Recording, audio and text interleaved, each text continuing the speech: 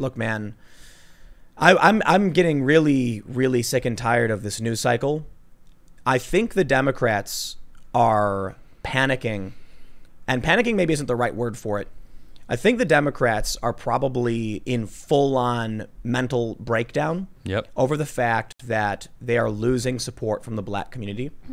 As referenced by that documentary we talked about the other day.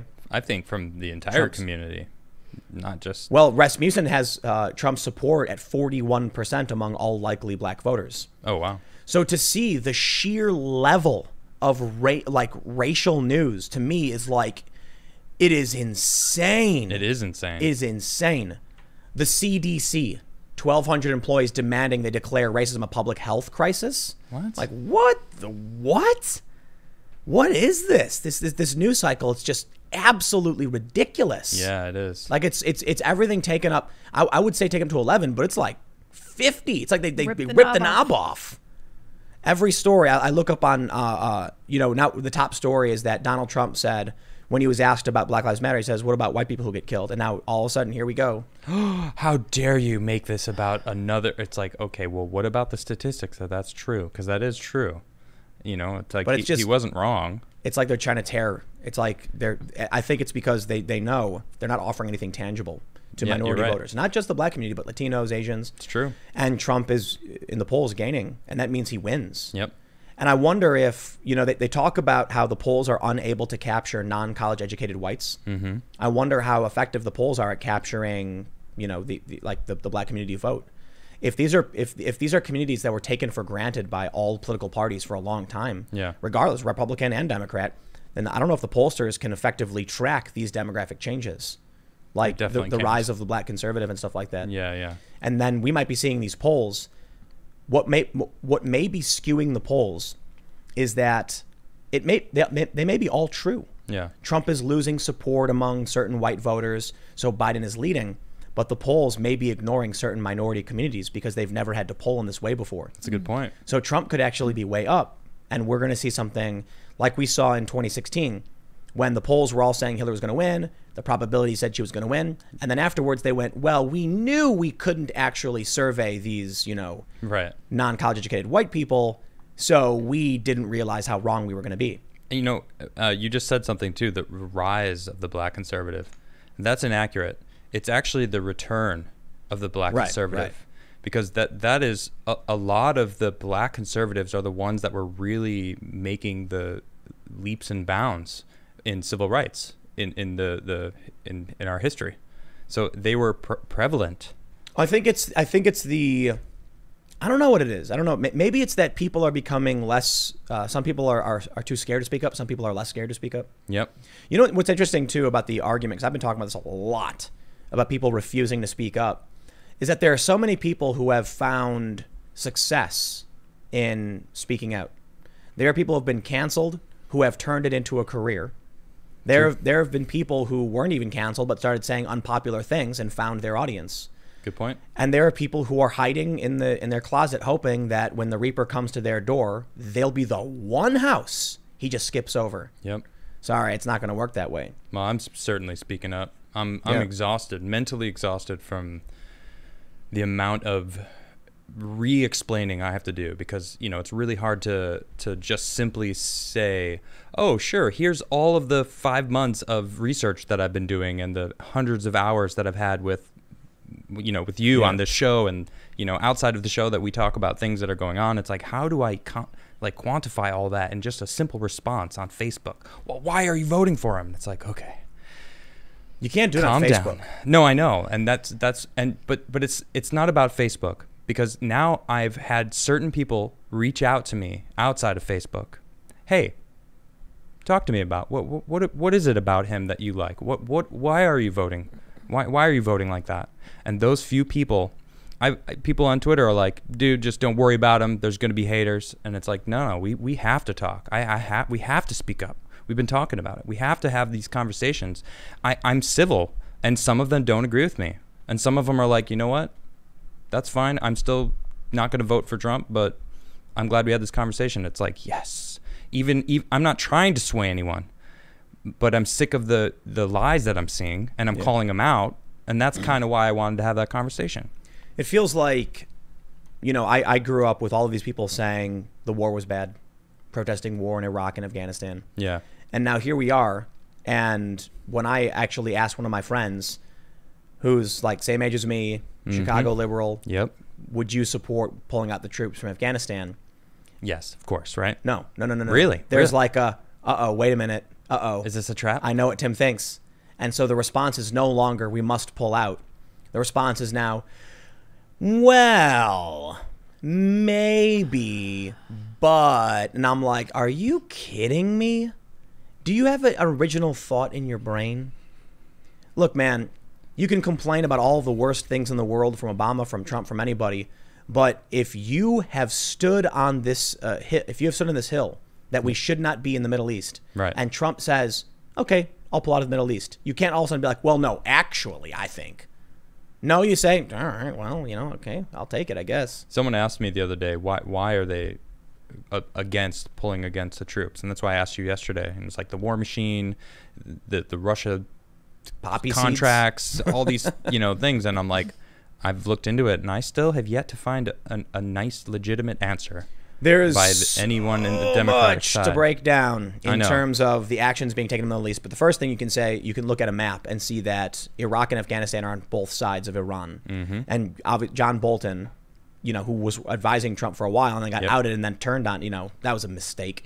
He was he wanted to invade Iran. Yep. And so it has a lot to do with oil. It has a lot to do with resources. Of course it does. It has a lot to do with regional power. It has a lot to do with competing for natural resources. Yep. So there's this big international. Isn't it always, right? I mean, it's energy. Energy equals expansion. Expansion equals cultural expansion. And so we're competing with China and a bunch of other interests to expand, and China is rapidly gaining ground. So I can't tell you what they want from Iran. Maybe it has to do with defending Israel, controlling the region. Israel's constantly under threat, and the U.S. is definitely trying to stabilize. There's a lot of reasons. Mm-hmm. I'm sure there's a lot of people who just do it for money. I'm sure there's a lot of people who do it for ideological reasons. A lot of people who do it for strategic reasons, for dominance around the world. But in the end, there's a lot of people in this country who are sick of it and have wanted for a long time. First of all, we should have never gone over there, right, and now want us to return. How is it that there are people who are now serving in the military who were born after we invaded? Yep. That's the craziest thing to me. Mm-hmm. Or at least that's like a talking point to say, like, we are now at that point. But Trump comes along, and I'm sitting here, and like my position's long been like, one of the only things I really care about first before we can move on is bringing our soldiers home and not being this invading force in these foreign countries. And then everything just stops when Trump goes, okay.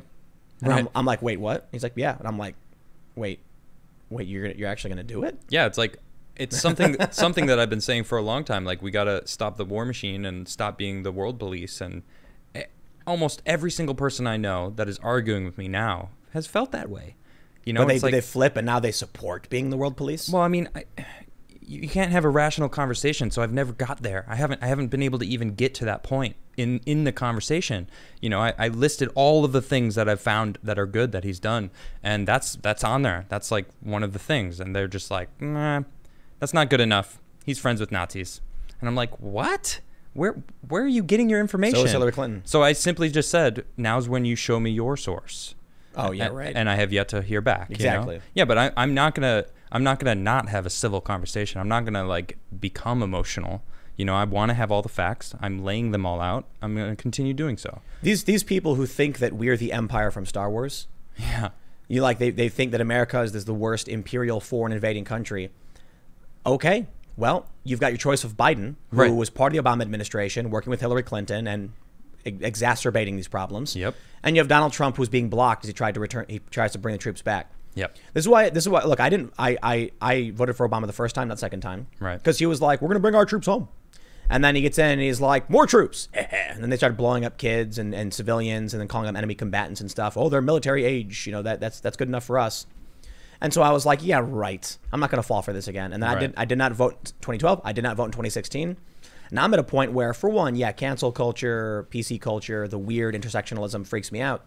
But then Trump's like, even though I didn't vote for him, he's talking about bringing our troops back. And I'm like, okay, he didn't promise me to do anything. I didn't vote for him. He's literally just doing something. He's not just saying we got to bring our troops home. he's going into detail. We need to stop being the world police. We need to focus on our infrastructure, making our roads better, helping our minority communities, which he is doing. And it's like, how are they ignoring that now? This is one of the biggest reasons why I thought I didn't like him, because I didn't think that he was for that, because I didn't actually listen to the right people, to the right things, to the actual policies that he was putting forward. Here's what I'm saying. When Obama made me that promise, like, we're going to do all these great things, we're going to bring our troops back, and I was like, I like what he's selling. I'm going to buy. Yep. Vote. And then what did he do? One of the first things he did was he bombed a village of women and children looking for an enemy combatant or something. Yep. And I was like, that's not what I paid for. I mean that metaphorically, not literally. I'm like, whoa, whoa, whoa, whoa. I come into a shop and I say 1 slice of pepperoni pizza. You give me some weird, veggie tofu stuff. I'm going to be like, hey, whoa, I get it. Some people might want you, to do certain things, but that's not what I asked for. That's not what you promised me. Right. I didn't vote for Trump. I laughed when he won and I didn't care. I'm like, yeah, well, you know what? I was totally disenfranchised, disaffected. Now they're resisting him trying to bring the troops back. And I'm like, that's the biggest thing to me. I don't care about anything else. It's like, well, what about Trump and his very fine people? I don't care. Wait, hold on. You think that because Trump said naughty words, I'm supposed to not support the idea that we're going to pull our imperialistic Star Wars stormtrooper troops out of the Middle East? Back home? Bring them back to their families? You think this is the Empire from Star Wars? You think that it's better for Joe Biden to get in and send more people over there just so he can say nice words to you? Trump could go on a foul-mouthed tirade for 5 hours, cussing, using every slur in the book. And then if he said, and after all that, here's an executive order, I am ordering all the troops to return tomorrow, I'd be like, okay. I don't care what he said. Because, he's doing it. He's trying to do it now. Yeah. That's why I kind of feel like his promises are meaningless.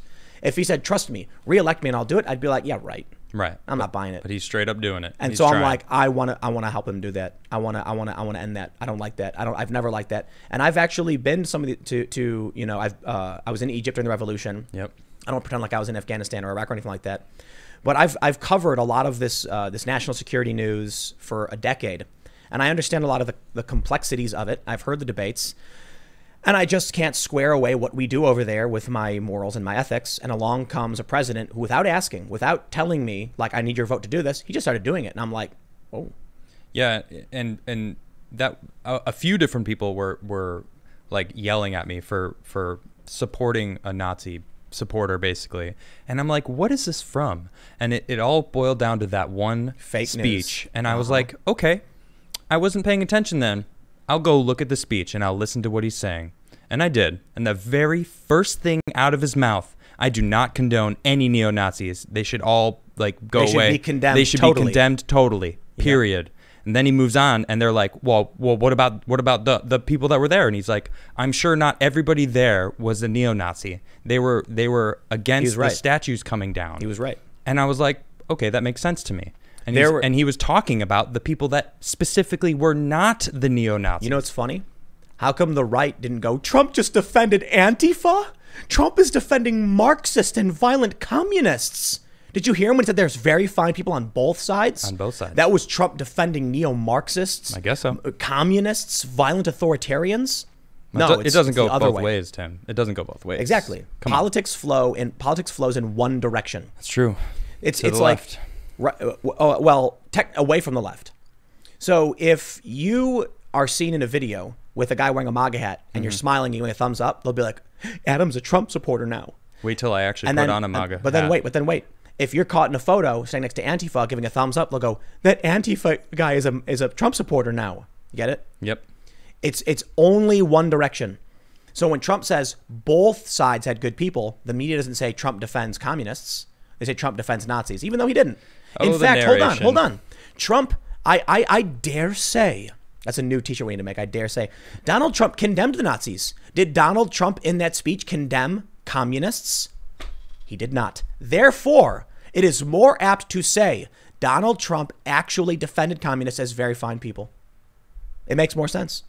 Because if you actually go through his speech... Yeah, that's true, because he actually condemned the neo-Nazis. Yep. Specifically. That's true. That's the only people that he did condemn in that speech. Thanks for checking out this clip from the Timcast IRL podcast. We do the show live Monday through Friday at 8 p.m. If you want to catch the full show, tune in to this channel, subscribe, hit the like button, or check us out on iTunes and Spotify, and we will soon have this podcast up for free on all podcast platforms. Thanks for hanging out, and we'll see you all in the next episode.